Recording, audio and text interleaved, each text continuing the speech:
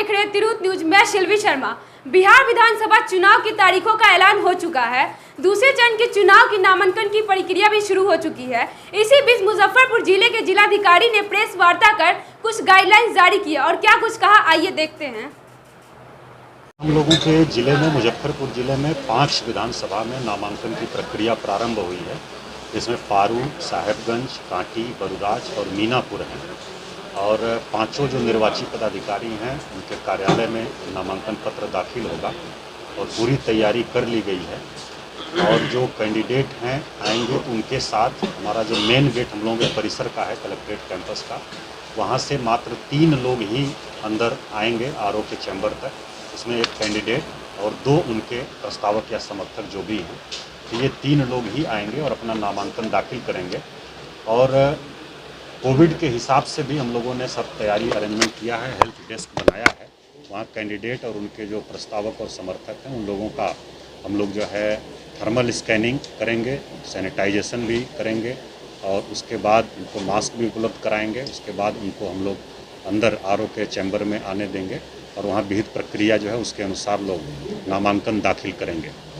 आज से नामांकन जो प्रारंभ हुआ है 9 तारीख से, ये 16 अक्टूबर तक चलेगा इस फेज का, इस 5 विधानसभा के लिए। और उसके बाद फिर स्क्रूटनी 17 अक्टूबर को और उसके बाद नाम वापसी की जो तिथि है 19 अक्टूबर है। और उसके बाद कैंडिडेट्स फाइनल हो जाएंगे, फिर आगे की कार्रवाई हम लोग करेंगे। इस फेज में हम लोगों के लगभग 2100 बूथ हैं जिन पर कि मतदान होगा 3 नवंबर को। उसके लिए नॉमिनेशन शुरू हुआ है, सारी तैयारी हो गई है और जो लोग भी, जो कैंडिडेट हमारे हैं नामांकन के लिए आएंगे उनको हम लोग विहित प्रक्रिया के अनुसार फैसिलिटेट करेंगे।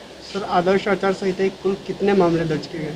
अभी तक आदर्श आचार संहिता उल्लंघन के कुल 8 एफआईआर दर्ज हुए हैं। इसमें गाड़ी में अनधिकृत रूप से पोस्टर लगाने का है, दीवार पर नारा या स्लोगन लिखने का है और अनधिकृत रूप से मीटिंग या सभा करने का है। ये इस प्रकार के कुल 8 मामले अभी तक दर्ज हुए हैं। और कैश सीजर हम लोगों का 18,44,500 रुपये अभी तक हुआ है फ्लाइंग स्क्वाड और पुलिस टीम के द्वारा। और लगातार हम लोगों की जो फ्लाइंग स्क्वाड है, स्टैटिक टीम है, सब लोग अपने अपने काम में लगे हुए हैं और अपना काम कर रहे हैं, निगरानी कर रहे हैं। वोटर और वोट में कितने प्रतिशत की वृद्धि इस बार? अब हम लोग प्रयास कर रहे हैं, क्योंकि कोरोना का एक समय है जिसमें एक चुनाव हो रहा है, तो हम लोग प्रयास कर रहे हैं कि अधिक से अधिक मतदान प्रतिशत को बढ़ा सकें, लोगों के मन से कोरोना का जो भय है उसको हम लोग निकाल सकें। और पिछले जो 2 चुनाव हुए हैं उसमें लगभग 61% मतदान हुआ है। हम लोगों की उम्मीद है कि उससे ज़्यादा मतदान इस बार हो। उसके लिए विभिन्न प्रकार की स्वीप गतिविधियां भी हम लोग चला रहे हैं और आप लोगों के माध्यम से हम मतदाताओं को ये संदेश देना चाह रहे हैं, सूचना देना चाहेंगे कि कोरोना से बचाव का मुकम्मल इंतजाम भारत निर्वाचन आयोग के निर्देशानुसार सभी मतदान केंद्रों पर किया गया है। तो घबराएं नहीं, सतर्क रहें, वोट देने जरूर जाएं। बूथ से, मतदान केंद्र से कोरोना का संक्रमण नहीं फैलेगा, इसको हम लोग सुनिश्चित करा रहे हैं और इसकी हम लोग गारंटी लेते हैं।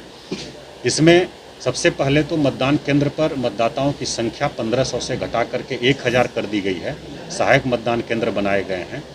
दूसरा, मतदान की अवधि भी 1 घंटे बढ़ा दी गई है, जो पूर्व वर्षों में रहती थी उससे 1 घंटा ज़्यादा कर दिया गया है।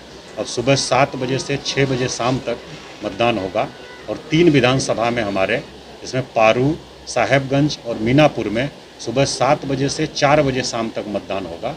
इस प्रकार का इंतजाम किया गया है। फिर प्रत्येक मतदाता की थर्मल स्कैनिंग की जाएगी, उसका टेम्परेचर देखा जाएगा और उनका हाथ को सैनिटाइज किया जाएगा। एक ग्लव्स भी हम लोग उपलब्ध कराएंगे ताकि ईवीएम का बटन दबाएं तो वो सुरक्षित रहें। इस प्रकार का इंतजाम किया गया है, तो घबराएं नहीं, वोट देने मतदान केंद्र पर जरूर आएँ। क्षेत्रों में से कैसे आएंगे सर लोग? क्षेत्र में काफ़ी लोग प्रभावित हैं, वहाँ कैसे पहुँचेंगे? नहीं, कोई हम लोगों का बूथ ऐसा नहीं है जहाँ की नाव से हम लोगों को जाना पड़े या हमारी टीम को जाना पड़े। सभी मतदान केंद्र जो है उसी एरिया में, लोकल एरिया में हैं, लगभग 2 किलोमीटर के दायरे में हैं। कुछ एक मतदान केंद्रों पर हम लोगों को सूचना प्राप्त हुई है कि जल जमाव है, उसको हम लोग समय रहते ठीक कर देंगे, उसको निकाल देंगे और उस पर मतदाताओं को कोई असुविधा नहीं हो, इस प्रकार का इंतजाम करेंगे। सर, इस पर फर्स्ट टाइम वोटर कितने हैं?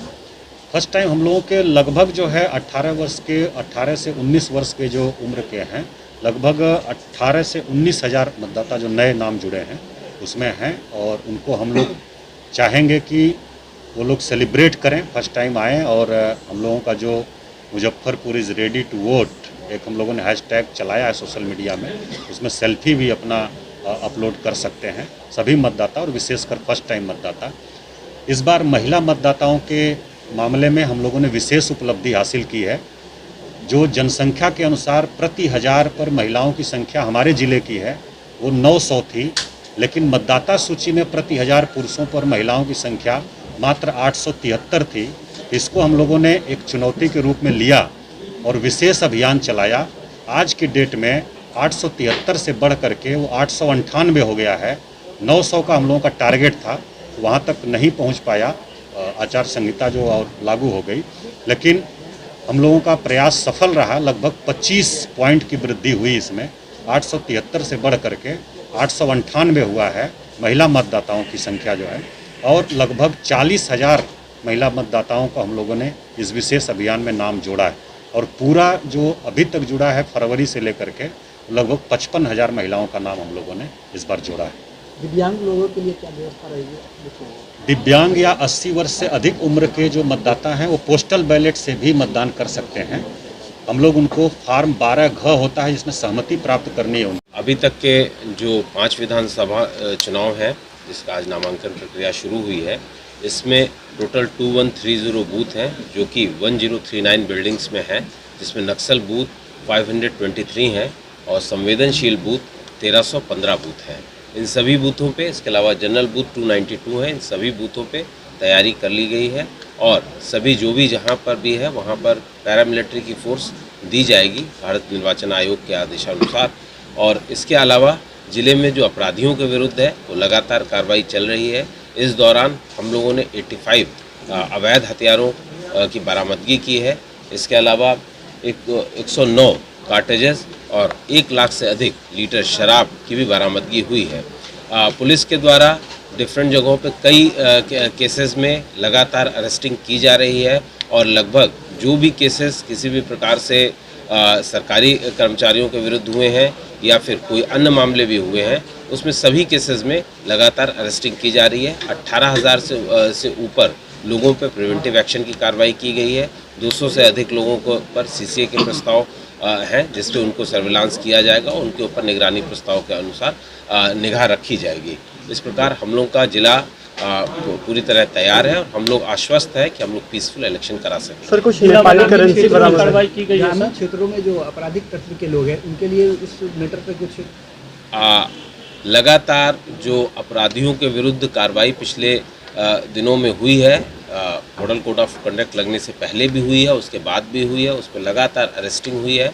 हम लोगों के पास में रिकवरी भी हुई है, उसमें कई अपराधी पकड़े गए हैं। लगभग 1500 से ऊपर जघन्य अपराधों में अपराधी पकड़े गए हैं। इसके अलावा जब से शराब मॉडल कोड ऑफ कंडक्ट लगा है उसके बाद से 450 शराब माफियाओं को अरेस्टिंग की गई है। सभी केसेस में जो भी केसेस हैं उसमें सभी में अरेस्टिंग की जा रही है और इस प्रकार से हम लोग कोशिश कर रहे हैं कि उनके विरुद्ध कड़ी कार्रवाई हो। जिला बूथ स्तर पे सर, बूथ स्तर पे ग्रामीण क्षेत्रों में प्रशासनिक प्रक्रिया द्वारा क्या कार्रवाई रहेगी? प्रशासनिक प्रक्रिया के द्वारा वही कार्रवाई रहेगी जो सेक्टर, वहाँ पे सेक्टर भी बने हुए हैं, सेक्टर ऑफिसर्स 10 बूथ के ऊपर सेक्टर बने हुए हैं जो कि जा रहे हैं मजिस्ट्रेट के साथ में, वो सभी बूथ एरिया में जा रहे हैं, वहाँ के लोगों से बात कर रहे हैं। जो भेद्य टोले हैं वहाँ पर यदि कभी कोई पूर्व में किसी भी प्रकार की जातीय संघर्ष हुआ है या फिर किसी अन्य प्रकार की लड़ाई झगड़े हुए हैं, उसमें जो भी FIR हुआ है उसमें अरेस्टिंग की गई है और इसके अलावा 107 का प्रिवेंटिव एक्शन कार्रवाई। नेपाली करेंसी कुछ बरामद हुई है? नेपाली करेंसी बरामद हुई है, 10,000 से अधिक नेपाली करेंसी बरामद हुई है।